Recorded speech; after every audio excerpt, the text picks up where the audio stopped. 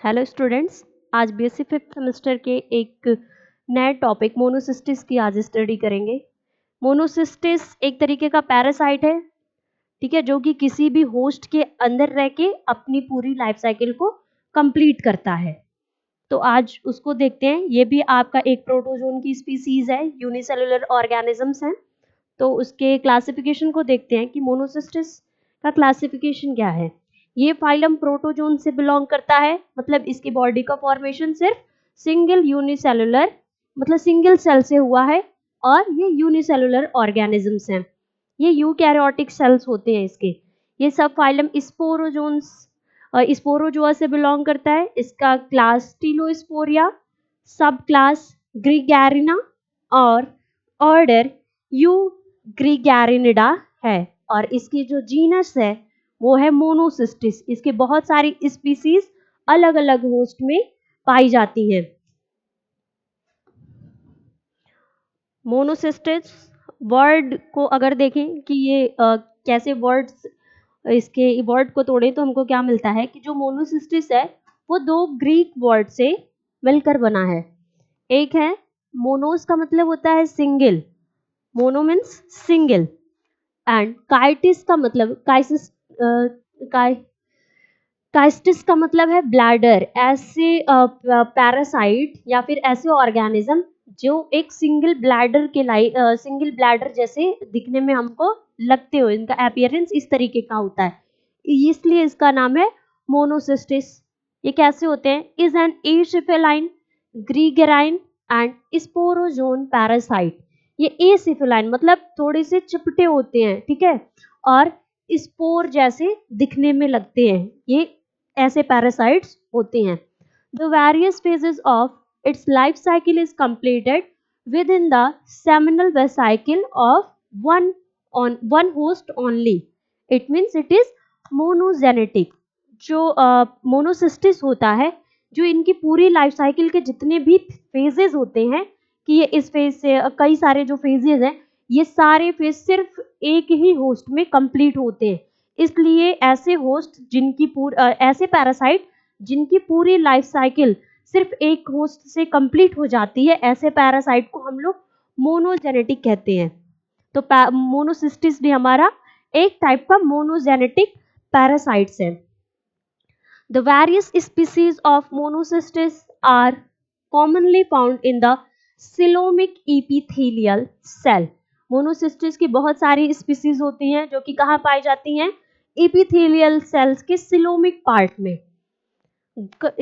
epithelial cells gut and reproductive organ of their host. Coelomic epithelial cells में, guts में and जितने भी reproductive organs होते हैं होस्ट के, स्पेशली अर्थवॉर्म्स में ये होस्ट अपनी लाइफ साइकिल कंप्लीट करता है। तो ये जो होस्ट है ये स्पेशली इन तीनों जगहों पे पाया जाता है, इन तीनों पार्ट में होस्ट के। पैरासाइट, ये पैरासाइट इन तीनों बॉडी पार्ट में किसी होस्ट के पाया जाएगा। इसकी कौन कौन सी स्पीसीज है? फर्स्ट है Monocystis agilis, lumbrici, magna, bedardi, pheretimi, lloydi and Monocystis bengalensis. ये कई सारी स्पीसीज है मोनोसिस्टिस की जो कि अर्थवॉर्म में अपनी पूरी लाइफ साइकिल को खत्म करती है, पूरी करती हैं। Mixed infections of the species of monocystis and its allied species are common occurrence in earthworm. ये इनके जो भी infections होते हैं वो मोनोसिस्टिस की जो स्पीसीज है उन सब का जो इन्फेक्शन होता है वो भी अलग अलग तरीके का होता है, और ये स्पेशली अर्थवॉर्म के अंदर ही पाए जाते हैं। जो इन्फेक्शन कॉज करता है वो होस्ट की बॉडी के अंदर। इसके हैबिट और हैबिटेट को देख लेते हैं कि मोनोसिस्टिस के क्या हैबिट और हैबिटेट्स हैं। Monocystis typically an endoparasite lives as an intercellular parasite in its young stage when it is lives in the bundle of developing sperms and becomes extracellular in its mature stage when it lives in the contents of seminal vesicle of the earthworms. Its infection is so wide that practically all mature earthworms are found parasitized by this parasite. Monocystis ये एक तरीके का endo parasite है, मतलब जो इसका young stage है कि ये एक सेल के अंदर अपनी यंग स्टेज में होते हैं, और जैसे ही वो उनका यंग स्टेज कंप्लीट होता है, ठीक है, वो एडल्ट में होते हैं, तो ये एंडो पैरासाइट नहीं होके बल्कि एक्स्ट्रा सेलुलर हो जाते हैं। तो पहले जो इनका यंग स्टेज है वो एंडो पैरासाइट किसी न किसी सेल के अंदर ये रहते हैं, तब उनका ग्रोथ स्टार्ट होता है, और ग्रोथ स्टार्ट होने के बाद ये एक्स्ट्रा सेलुलर हो जाते हैं, सेल से बाहर आ जाते हैं। Monocystis typically an intracellular lives in an monocystis typically an endoparasite. ये किसी सेल के अंदर पाए जाते हैं, ठीक है, अपनी यंग स्टेज में, इसलिए इसको एंडोपैरासाइट कहते हैं या फिर इंट्रासेलुलर पैरासाइट है ये। जैसे इनका यंग स्टेज कंप्लीट होता है और ये छोटे छोटे बंडलिंग स्पर्म्स में होते हैं, तब ये एक्स्ट्रा सेलुलर हो जाते हैं अपने मैच्योर स्टेज में, और उस सेमिनल वेसाइकिल, अर्थवर्म की जो सेमिनल वेसाइकिल होती है वहां पे अपने कंटेंट्स को रिलीज कर देते हैं, और वहीं से होस्ट की बॉडी में इन्फेक्शन फैलने लगता है। अब इसकी मॉर्फोलॉजी को भी देख लेते हैं, पैरासाइट की मॉर्फोलॉजी। मोनोसिस्टिस की मॉर्फोलॉजी क्या है? मोनोसिस्टिस, यहाँ पे आपको डायग्राम दिख रहा होगा दो तरीके के। इसकी मॉर्फोलॉजी क्या है? The adult mature Monocystis is called trophozoite. जो मोनोसिस्टिस का एडल्ट स्टेज होता है जिसमें ये अपना फीडिंग मैकेनिज्म करते हैं, उस स्टेज को ट्रोफोजोइट के नाम से जानते हैं, which is a feeding stage of parasite. इसी स्टेज में जो मोनोसिस्टिस है फीड करने का काम करता है, ज्यादा ग्रोथ होता है, एकदम एडल्ट का जो स्टेज होता है मोनोसिस्टिस का, वो है trophozoite. The young fully grown mature trophozoite is elongated, fusiform or spindle-shaped worm-like creature with tapering body ends. Lives in the sperm morula, group of developing sperm of the host. अब ये trophozoite कैसे होते हैं? Elongated होते हैं, थोड़े से लंबे हैं, फ्यूजिफॉर्म है, और या फिर स्पिंडल शेप के भी हो सकते हैं। ये छोटे छोटे वॉर्म जो क्रिएचर होते हैं, कीड़े होते हैं, उनके जैसे दिखने में होंगे, और इनकी बॉडी होगी क्या होगी? टेपर्ड होगी, चिपटी होगी। यहाँ पे आपको डायग्राम दिख रहा होगा कि ये थोड़ी स्पेंडल शेप्ड के हैं और इनकी बॉडी एकदम चिपटी है। और कहाँ पे रहते हैं? Body ends, leaves in the sperm morula. और ये किस तरीके से रहते हैं? जो जैसे स्पर्म का फॉर्मेशन होता है, ठीक है, मोरुला में रहते हैं, किसी ना किसी सिस्ट के अंदर रहते हैं। ये इस तरीके से अपना जो मतलब किसी ना किसी सेल के इनसाइड ही ये रहते हैं, मोनोसिस्टिस ग्रुप में रहते हैं। और ये कैसे होते हैं?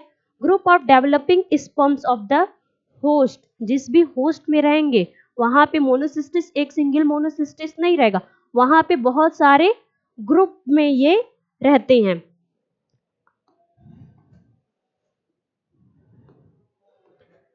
फिर है it feeds and grows at expense of the protoplasm of the developing sperm and is seen to surrounded by the tails of the dead sperm. अब ये फीड कहाँ करते हैं और ग्रोथ इनकी कहाँ से होती है? It feeds and grows at the expense of the protoplasm of the developing sperm and is seen to surrounded by the tails of dead sperm. जो मोनोसिस्टिस होते हैं, जो प्रोटोप्लाज्म है, जिस सेल के अंदर रहते हैं, अभी पढ़ा था हमने कि एंडोपैरासाइट होते हैं या इंट्रासेलुलर होते हैं, तो जिस सेल के अंदर रहेंगे उसका जो प्रोटोप्लाज्म है उससे अपना फीडिंग मैकेनिज्म करते हैं और वहीं से अपनी ग्रोथ भी वो कर सकते हैं। ये surrounded by the tails of the dead sperm, और ये छोटे छोटे स्पर्म के जो टेल्स होते हैं यहाँ पे आपको दिख रहे होंगे, ठीक है। जो मोनोसिस्टिस की बॉडी है ये पूरी इसी से डेड स्पर्म से ही कवर रहती है। और इनकी लेंथ की बात करें तो ये कितने लेंथ के अप होते हैं। Monocystis, it measures up to 500 mu micron in length and 65 mu micron in width. इसकी जो लंबाई है मोनोसिस्टिस की अप्रॉक्स 500 म्यू माइक्रोन के अप्रॉक्स इसकी लेंथ होती है और इसकी विड्थ जो है वो है 65 mu micron and is visible to the naked eye, और इसे हम अपनी नेकेड आई से भी देख सकते हैं, विजिबल होते हैं ये। Its body is bounded externally by a thick smooth and elastic pellicle. जैसे सेल वॉल होता है या फिर सेल मेम्ब्रेन होता है जो कि सेल को पूरी तरीके से कवर किए रहता है, उसी तरीके से जो मोनोसिस्टिस का फर्स्ट लेयर है, ठीक है, जो कि उसकी पूरी बॉडी को कवर किए रहता है, वो होता है पेलिकल। ये इसका नेचर कैसा होता है, ये बहुत ही थिक होगा और स्मूथ होगा और साथ ही साथ इलास्टिक होगा। इसका नेचर होता है पेलिकल का। जो आउटर कवरिंग लेयर होती है मोनोसिस्टिस की फर्स्ट वाली, जिसके अंदर ये रहते हैं पेलिकल, ये उसको क्या करते हैं, प्रोटेक्शन देने का काम करते हैं।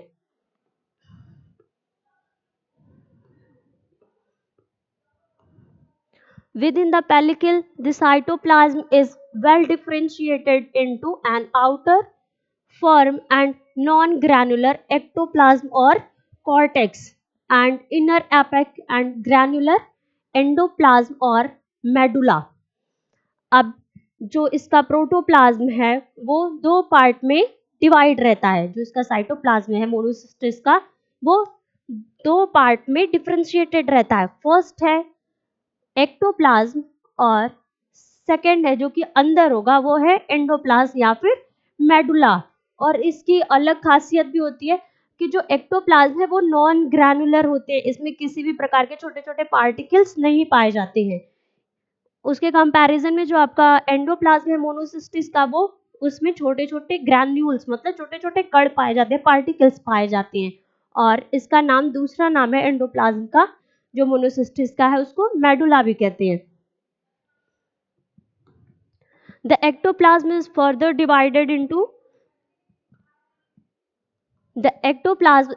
divided into three layers: outer epicyte, middle sarcocyte and inner myocyte.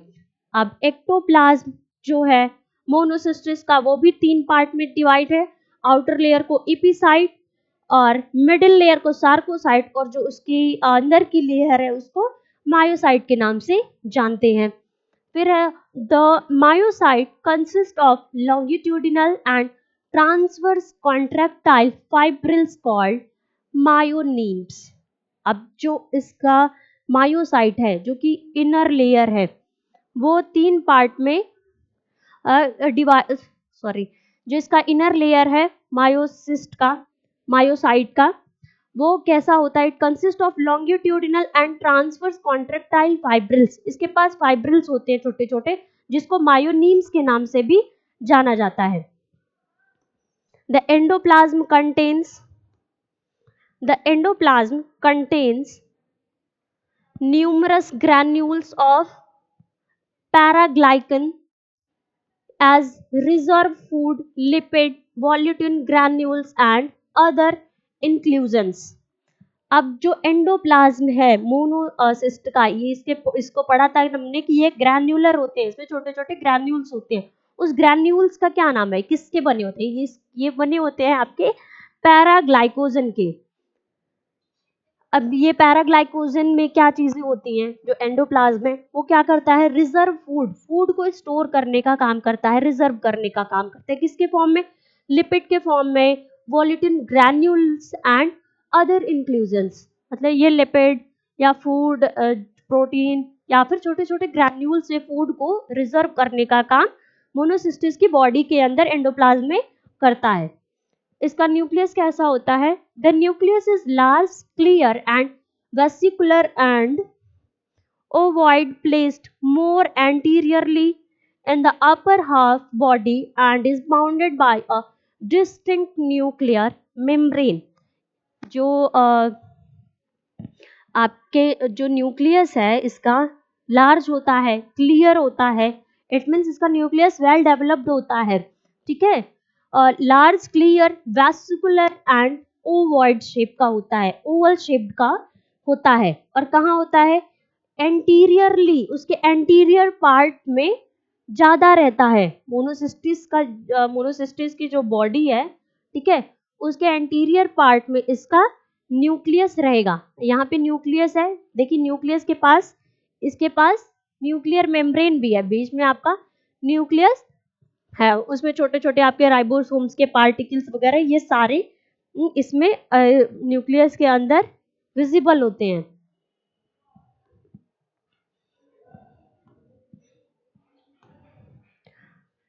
The nucleoplasm contains a distinct endosome और न्यूक्लियोलस और कैरियोसोम्स। और जो न्यूक्लियोप्लाज्म इसका क्या क्या कंटेंट करता है, ये अलग अलग होता है, जिसको एंडोसोम्स या फिर न्यूक्लियोलस भी कहते हैं। ये न्यूक्लियस के अंदर प्रेजेंट होगा। और समटाइम्स कभी कभी न्यूक्लियोलस ज़्यादा भी हो जाते हैं, कैरियोसोम्स जो इसके क्रोमोसोम्स होंगे वो नंबर्स में ज़्यादा हो जाते हैं। The parapodia, cilia, flagella, mouth, food and vacuoles and contractile are absent due to the parasitic mode of life. क्योंकि ये पैरासाइट होती है इसलिए इनको फीडिंग मैकेनिज्म के लिए बहुत ज़्यादा घूमना नहीं पड़ता है।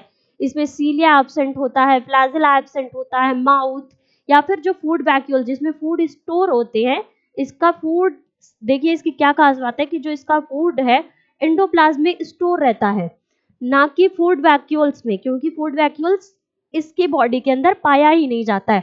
और कॉन्ट्रेक्टाइल वैक्यूल भी एब्सेंट रहता है। और ऐसा इसलिए होता है क्योंकि ये पैरासाइट है और अपने पूरी फीडिंग मैकेनिज्म के लिए दूसरे मतलब अपनी होस्ट बॉडी से ही ये सारा अपना ग्रोथ और फीडिंग मैकेनिज्म करते हैं। अब इसकी फिजियोलॉजी देखते हैं। फिजियोलॉजी फर्स्ट इसका लोकोमोशन, कि मोनोसिस्टिस किस तरीके से मोशन करते हैं, एक जगह से दूसरी जगह किस तरीके से जाते हैं। Monocystis is sluggish having no special organ for locomotion। Monocystis में लोकोमोशन करने के लिए कोई भी स्पेशल ऑर्गन नहीं होता है। इट shows wriggling और gliding movement with the help of myonemes। और ये रिगलिंग, जैसे कीड़े रेंगते हैं ना या फिर ग्लाइड करते हैं, उसी मूवमेंट से मोनोसिस्टिस भी अपने मायोनिम्स की हेल्प से रिगलिंग मूवमेंट या ग्लाइडिंग मूवमेंट शो करते हैं। Such as slow type of movement is known as gregarine movement. और स्पेशली जो मोनोसिस्टिस का मूवमेंट होता है उसको हम लोग ग्रीगेराइन मूवमेंट भी कहते हैं। ये बहुत ही स्लोली मूव करते हैं, बहुत ज्यादा स्लोली मूव करते हैं मोनोसिस्टिस, इसलिए इसके मूवमेंट को ग्रीगेराइन मूवमेंट भी कहते हैं। इसका न्यूट्रिशन, मोनोसिस्टिस के बॉडी में न्यूट्रिशन किस तरीके से होता है। Monocystis nutrition is saprozoic living on decomposing organic material. इनका न्यूट्रिशन कैसा होगा, क्योंकि ये पैरासाइट है, पैरासाइट में जो भी न्यूट्रिशन होता है वो सैप्रोजोइक होता है, वो किसी ना किसी मटेरियल्स को डिकम्पोज करके या डिकम्पोजिंग ऑर्गेनिक मटेरियल उस पे अपना ग्रोथ करते हैं, उससे अपना न्यूट्रिशन प्राप्त करते हैं। Monocystis secrete digestive enzyme which digest cytoplasm and developing sperm of the seminal vesicle। ये कहाँ पर कैसे अपना न्यूट्रिशन करते हैं, ये मोनोसिस्टिस डाइजेस्टिव एंजाइम सिक्रेट करते हैं, कहाँ पे, होस्ट की बॉडी में, स्पेशली जिस बॉडी ऑर्गन में वो रहेंगे। यहाँ पे अर्थवॉर्म की ये सेमिनल वेसाइकल में अगर प्रेजेंट है तो वहां पे अपने डाइजेस्टिव एंजाइम शो करेगा और वहां पे जो भी डेवलपिंग स्पर्म होंगे उससे अपने आप को न्यूट्रिशन लेगा। The digested products are absorbed by the osmosis through the pellicle is known as osmotrophy। और जितने भी डाइजेस्टेड फूड प्रोडक्ट हैं जो एब्जॉर्ब किए जाते हैं किस प्रोसेस से, ऑस्मोसिस की प्रोसेस से थ्रू। और जो ऑस्मोसिस की प्रोसेस में हेल्प करने वाला ऑर्गन है वो है पेलिकल।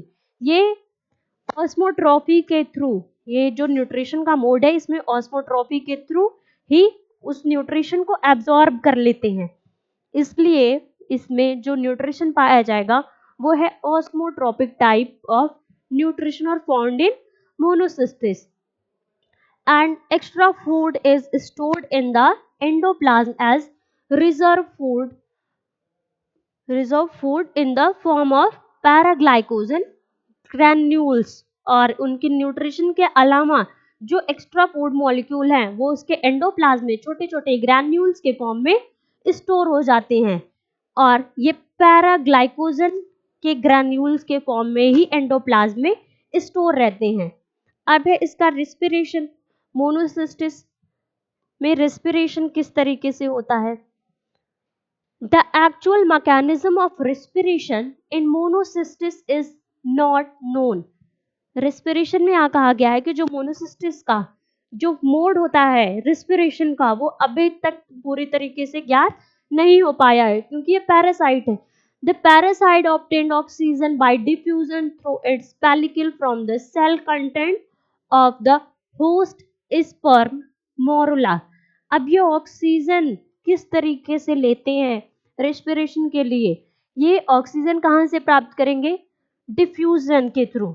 डिफ्यूजन के थ्रू ये अपने पेलिकल से जो होस्ट की बॉडी है स्पर्म मोरुला, ठीक है, यहाँ पे स्पर्म का फॉर्मेशन होता है जहाँ पे होस्ट की बॉडी में, अगर वो वहाँ पे प्रेजेंट है तो वहाँ पे पेलिकल के थ्रू, और जो प्रोसेस वहाँ पे यूज होगी वो होगी डिफ्यूजन के थ्रू रेस्पिरेशन करते हैं। अब एक लास्ट है एक्सक्रीशन। ये किस तरीके से एक्सक्रीशन करते हैं? जो उनके वेस्ट मटेरियल हैं वो उनकी बॉडी से, मोनोसिस्टिस की बॉडी से कैसे बाहर निकलते हैं? Nitrogenous wastage diffuses out from the body of monocystis into the body of host and are eliminated by the excretory organ of the host. जितने भी नाइट्रोजनस वेस्टेज होते हैं मोनोसिस्टिस के वो डिफ्यूज हो जाते हैं कहाँ पे? होस्ट की बॉडी में। और होस्ट की बॉडी में जब वो आ जाएंगे, ठीक है, और जिस तरीके से होस्ट एलिमिनेट करेगा अपने वेस्ट प्रोडक्ट, उसी से मिलके उन्हीं वेस्ट प्रोडक्ट में मिलके ये उसकी बॉडी से, होस्ट की बॉडी से भी बाहर निकल जाते हैं, ठीक है। ये डायरेक्टली नहीं होता है कि अगर होस्ट की बॉडी में है तो ये बाहर अपने वेस्ट प्रोडक्ट डाल दे, नहीं, ये पहले होस्ट की बॉडी में अपने नाइट्रोजनस वेस्ट एक्सक्रीट करेगा, और ये एक्सक्रीट वेस्ट प्रोडक्ट होस्ट की बॉडी के वेस्ट प्रोडक्ट के साथ मिलके उनके एक्सक्रीटरी ऑर्गन के थ्रू उसकी बॉडी से बाहर निकल जाएगा। तो ये थी आज की आपकी क्लास जिसमें हम लोग मोनोसिस्टिस के बारे में पढ़े हैं, उसकी क्या मॉर्फोलॉजी है, उसकी क्या फिजियोलॉजी है, उसकी जनरल फीचर्स क्या है। नेक्स्ट वीडियो में हम लोग रिप्रोडक्शन के बारे में पढ़ेंगे कि मोनोसिस्टिस जो पैरासाइट है वो किन प्रोसेस के थ्रू रिप्रोडक्शन करता है। तब तक के लिए वीडियो को लाइक, सब्सक्राइब और शेयर करिए, और आपके एग्जाम्स भी आ रहे हैं तो देखते रहिए। Thank you so much.